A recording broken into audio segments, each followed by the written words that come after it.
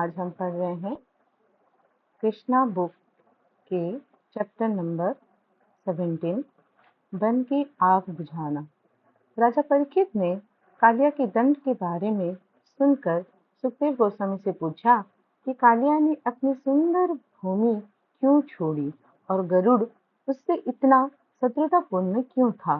सुखदेव गोस्वामी ने राजा को बताया कि नागालय नामक द्वीप सर्पों से आबाद था और कालिया वहां के प्रमुख सर्पों में से एक था। सर्पों का खाने का आदि होने के कारण गरुड़ इस द्वीप पर आता था और अपनी इच्छा से कई सर्पों को मारता था। उनमें से कुछ को वह सचमुच खा जाता था, लेकिन कुछ को अनावश्यक रूप से मार देता था। सर्पों का समुदाय इतना व्याकुल हो गया कि उनके नेता वासुकी ने भगवान ब्रह्मा से सुरक्षा की प्रार्थना की। भगवान ब्रह्मा ने एक ऐसी व्यवस्था की जिससे गरुड़ कोई उपद्रव ना करे। प्रत्येक अर्धचंद्र के दिन सर्प समुदाय गरुड़ को एक सर्प अर्पित करता था। सर्प को गरुड़ को बलि के रूप में एक वृक्ष के नीचे रखा जाता था। गरुड़ इस भेंट से संतुष्ट होते थे और इसलिए वे किसी अन्य सर्प को परेशान नहीं करते थे। लेकिन धीरे धीरे कालिया ने इस स्थिति का फायदा उठाया। वह अपने संचित विष की मात्रा और भौतिक शक्ति के कारण अनावश्यक रूप से अहंकारी हो गया और सोचने लगा, गरुड़ को यह यज्ञ क्यों अर्पित किया जाए। तब उसने कोई भी यज्ञ करना बंद कर दिया। इसके बजाय उसने स्वयं गरुड़ के लिए अर्पित की गई भेंट को खा लिया। जब विष्णु के महान भक्त वाहन गरुड़ को पता चला कि कालिया अर्पित की गई भेंट को खा रहा है, तो वह बहुत क्रोधित हुआ और उस घृणित सर्प को मारने के लिए द्वीप की ओर दौड़ा। कालिया ने गरुड़ से लड़ने का प्रयास किया और अपने अनेक फनों और विषैल नुकीले दांतों से उसका सामना किया। कालिया ने उसे काटने का प्रयास किया और तारक्ष्य के पुत्र गरुड़ ने भगवान विष्णु के वाहन के रूप में उपयुक्त महान बल के साथ क्रोध में आकर अपने तेजस्वी सुनहरे पंखों से कालिया के शरीर पर प्रहार किया। कालिया, जिन्हें कंद्रुसुता कंद्रु के पुत्र के रूप में भी जाना जाता है, तुरंत यमुना नदी के भीतर स्थित कालिया ह्रदा नामक झील की ओर भाग गए, जहां गरुड़ नहीं पहुंच सकते थे। कालिया ने यमुना के जल में शरण ली। इसका कारण यह था, जिस प्रकार गरुड़ कालिया नाग के द्वीप पर जाते थे, उसी प्रकार वे खाने के लिए मछली पकड़ने यमुना जाया करते थे। लेकिन वहां सोभरी मुनि नामक एक महान योगी थे, जो जल में ध्यान करते थे और मछलियों के प्रति सहानुभूति रखते थे। उन्होंने गरुड़ से वहां न आने और मछलियों को परेशान न करने का अनुरोध किया। यद्यपि गरुड़ किसी के आदेश के अधीन नहीं थे, भगवान विष्णु के वाहन होने के नाते उन्होंने महान योगी के आदेश का उल्लंघन नहीं किया। वहां रुककर कई मछलियां खाने के बजाय वे एक बड़ी मछली को, जो उनके सरदार थी, अपने साथ ले गए। सोफरी मुनि को इस बात का दुख हुआ कि मछलियों के सरदारों में से एक को गरुड़ ले गया था और उनकी रक्षा के बारे में सोचते हुए उन्होंने गरुड़ को इन शब्दों में श्राप दिया, आज से यदि गरुड़ यहाँ मछली पकड़ने आएगा तो मैं पूरी शक्ति से कहता हूँ वह तुरंत मारा जाएगा। यह श्राप केवल कालिया को ही ज्ञात था, इसलिए कालिया को पूरा विश्वास था कि गरुड़ वहां नहीं आ पाएंगे और इसलिए उन्होंने यमुना के भीतर स्थित झील में शरण लिया।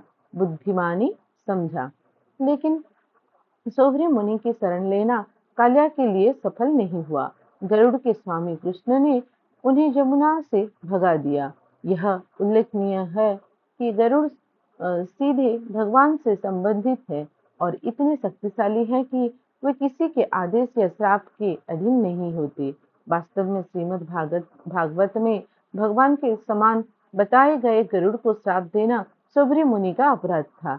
यद्यपि गरुड़ ने प्रतिशोध का प्रयास नहीं किया, फिर भी मुनि अपने इस अपमानजनक कृत्य से अछूते नहीं रहे, जो उन्होंने एक महान वैष्णव व्यक्तित्व के विरुद्ध किया था। इस अपराध के कारण सोभरी मुनि यौगिक अवस्था से गिर पड़े और बाद में गृहस्थ बन गए।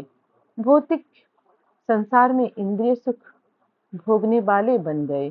ध्यान में लीन होकर आध्यात्मिक आनंद में डूब रहने वाले सोगरी मुनि का यह पतन वैष्णवों का अपमान करने वाले के लिए एक सीख है। जब कृष्ण अंततः कालिया के सरोवर से बाहर आए तो यमुना के तट पर उनके सभी मित्रों और रिश्तेदारों ने उन्हें देखा। वे सुंदर ढंग से सजे धजे चंदन के लेप से लिपटे, बहुमूल्य रत्नों और पत्थरों से सुशोभित और लगभग पूर्णतः सोने के ढके हुए प्रकट हुए। वृंदावन के निवासी, जिनमें ग्वाले और पुरुष गोपियां, माता यशोदा, महाराज नंद और सभी गायें और बछड़े शामिल थे, ने कृष्ण को यमुना से आते देखा और ऐसा लगा मानो उन्हें जीवन दान मिल गया है। जब किसी व्यक्ति को जीवन दान मिलता है तो स्वाभाविक रूप से वह आनंद और प्रसन्नता में लीन हो जाता है। उन्होंने बारी बारी से कृष्ण को अपने सीने से लगाया और इस प्रकार उन्हें अपार राहत मिली। माता यशोदा, रोहिणी, महाराज नंद और ग्वाले इतने प्रसन्न हुए कि कृष्ण को गले लगाते हुए उन्हें लगा कि उन्होंने अपने जीवन का अंतिम लक्ष्य प्राप्त कर लिया है। बलराम ने भी कृष्ण को गले लगाया, लेकिन वे हंस रहे थे क्योंकि जब बाकी सब लोग चिंता से व्याकुल थे तब उन्हें पता था कि कृष्ण के साथ क्या होगा। यमुना के किनारे के सभी वृक्ष, गाय, बैल और बछड़े कृष्ण के वहां प्रकट होने से आनंदित हो उठे। वृंदावन के ब्राह्मण निवासी अपनी पत्नियों के साथ तुरंत कृष्ण और उनके परिवार को बधाई देने आए, और क्योंकि ब्राह्मणों को समाज का आध्यात्मिक गुरु माना जाता है, इसलिए उन्होंने कृष्ण की मुक्ति के उपलब्ध में कृष्ण और उनके परिवार को आशीर्वाद दिया। उन्होंने महाराज नंद से इस अवसर पर दान देने का भी अनुरोध किया। कृष्ण के लौटने से अत्यंत प्रसन्न होकर महाराज नंद ने ब्राह्मणों को अनेक गायों और बहुत सारा सोना दान में दिया। जब नंद महाराज इस कार्य में लगे हुए थे तब माता यशोदा ने कृष्ण को गले लगाया और उन्हें अपनी गोद में बिठा लिया तथा लगातार आंसू बहाती रही, क्योंकि लगभग रात हो चुकी थी और वृंदावन के सभी निवासी गायों और बछड़ों सहित बहुत थक चुके थे। इसलिए उन्होंने नदी किनारे विश्राम करने का निर्णय लिया। आधी रात को जब वे विश्राम कर रहे थे, अचानक जंगल में भीषण आग लग गई और ऐसा प्रतीत हुआ कि यह आग जल्द ही वृंदावन के सभी निवासियों को भस्म कर देगी। आग की गर्मी महसूस होते ही उन्होंने तुरंत भगवान कृष्ण की शरण ली।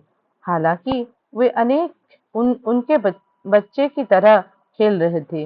वे कहने लगे, हे हमारे प्रिय कृष्ण, हे भगवान, हे हमारे प्रिय बलराम, समस्त शक्ति के स्रोत, कृपया हमें इस सर्वनाशकारी और विनाशकारी आग से बचाएं। आपके सिवा हमारा कोई आश्रय नहीं है। यह विनाशकारी आग हम सबको निगल जाएगी। इस प्रकार उन्होंने कृष्ण की प्रार्थना की, यह कहते हुए कि उनके चरण कमलों के सिवा उनका कोई आश्रय नहीं है। भगवान कृष्ण ने अपने नगरवासियों पर दया करते हुए तुरंत ही जंगल की आग को भस्म कर उन्हें बचा लिए। यह कृष्ण के लिए असंभव नहीं था, क्योंकि वे असीम हैं। उनके पास अपनी इच्छा के अनुसार कुछ भी करने की असीमित शक्ति है। इस प्रकार कृष्ण के 17वें अध्याय वन की आग बुझाना का भक्ति वेदांत तात्पर्य समाप्त होता है। हरे कृष्णा। आज इतना, कल से पढ़ेंगे चैप्टर 18 कृष्णा बुक।